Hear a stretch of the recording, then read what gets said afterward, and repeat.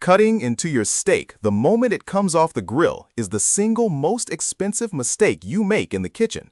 Not overcooking it, not under-seasoning it, cutting it too early, and the science behind why is more brutal than you think. Welcome to the Meat Authority. Today, we are going deep into one of the most misunderstood moments in all of cooking, the rest, that quiet, agonizing window between pulling your steak off the heat and actually eating it. Most people skip it. Most people are wrong. And by the end of this video, you will never look at a cutting board the same way again. Here is what we are going to unpack. Why your steak is still cooking after it leaves the heat. What actually happens to the juice inside the meat during that time. And the one resting mistake that even experienced cooks make. A mistake that quietly undoes everything you just built. Stay with me, because that last one surprises almost everyone. Let's start with the physics, because this is where it gets genuinely fascinating. When you cook a steak, whether it's on a cast iron skillet, a charcoal grill, or under a broiler, you are applying intense heat to the outside of the meat. That heat drives inward from the surface toward the center. And here is the key thing to understand. The muscle fibers in meat contract when they get hot. Just like a sponge being wrung out, the fibers squeeze inward, and the liquid inside, your juices, your flavor, your moisture, gets pushed toward the center of the steak. So right when you pull that ribeye off the grill, the juices are not evenly distributed. They are crowded and compressed in the middle, under enormous pressure from the contracted muscle around them. The steak is in a very real sense coiled tight. Now here's the part that should stop you cold the next time you reach for a knife. If you cut into that steak right now, those pressurized juices have nowhere to go except straight out onto your cutting board. You will watch your flavor pool underneath a piece of meat that is suddenly much drier than it was 30 seconds ago. That is not drama, that is physics. You paid for that juice, you just poured it away. But this is where it gets interesting, and where the open question I want you to hold in your mind is this: how long is actually long enough? Because most people have heard rest your meat, but almost nobody explains what is happening during that window, or why the number changes depending on what you are cooking. We'll get to that, and when we do, one of the numbers is going to surprise you. Here is what happens during the rest. As the steak sits off the heat, two things occur simultaneously. First, the surface of the meat, which is far hotter than the interior, begins to shed heat outward into the surrounding air. Second, the temperature gradient inside the steak starts to equalize. The blazing hot exterior is cooling slightly. The cooler interior is still rising in temperature, absorbing residual heat from the outside in a process called carryover cooking. The muscle fibers, no longer under peak thermal stress, begin to relax. And as they relax, those tightly squeezed juices redistribute, moving back outward, spreading more evenly through the entire cut. When you finally slice, the juice stays in the meat instead of fleeing to the board. Here is an actual test to visualize this. Two identical ribeyes, same weight, same cook. One cut immediately, one rested for 8 minutes. The immediate cut loses somewhere between 20 and 25% of its moisture content onto the board. The rested steak, closer to 7 or 8%. That is not a minor difference.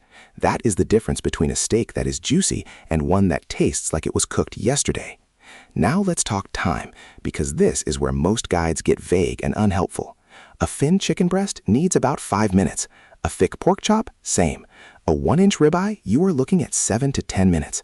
A full brisket or a large prime rib roast, 30 minutes minimum.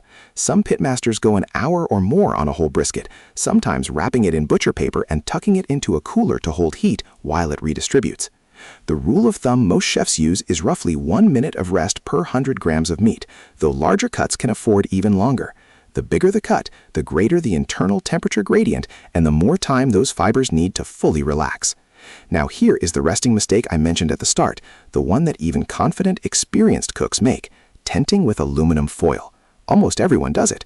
It feels intuitive. Keep the heat in, right? But here is the problem. A tight foil tent traps steam directly against the surface of the steak. That steam softens your crust, the beautiful Maillard crust you built, that deep mahogany bark with its layers of char and caramelized protein. It goes from crisp to soggy in minutes. Steam is the enemy of crust. So if you are going to tent loosely, leave gaps, let some steam escape. Or better yet, for smaller cuts like a single steak, skip the foil entirely and just rest it on a warm plate in a draft-free spot. The carryover heat is enough, you do not need to smother it.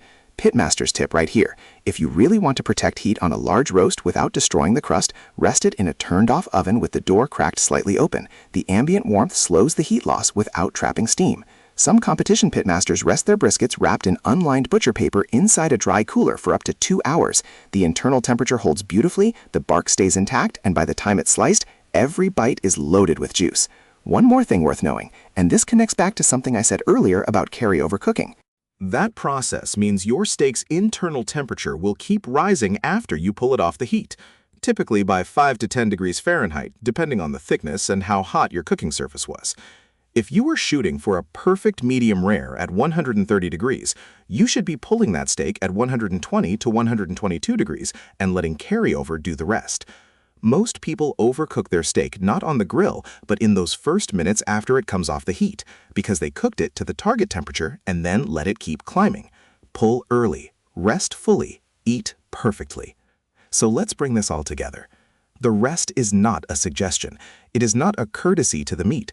It is the final, irreplaceable step in the cooking process. The heat you applied on the grill sets the crust and drives the cook. The rest is where the magic redistributes. Cut too early and you are not just losing moisture, you are undoing every decision you made correctly in the previous 20 minutes. Pull early to account for carryover. Rest on time and surface, tent loosely or not at all, and let the physics do what physics does. Your steak, every steak, deserves to be eaten at its actual best, and now you know exactly how to get there. What is the cut you struggle with most when it comes to getting the rest right? Drop it in the comments. I read every single one, and I would love to help troubleshoot. If this video changed how you think about cooking, hit subscribe so you never miss an episode. And next time on The Meat Authority, we are breaking down the art of dry aging at home.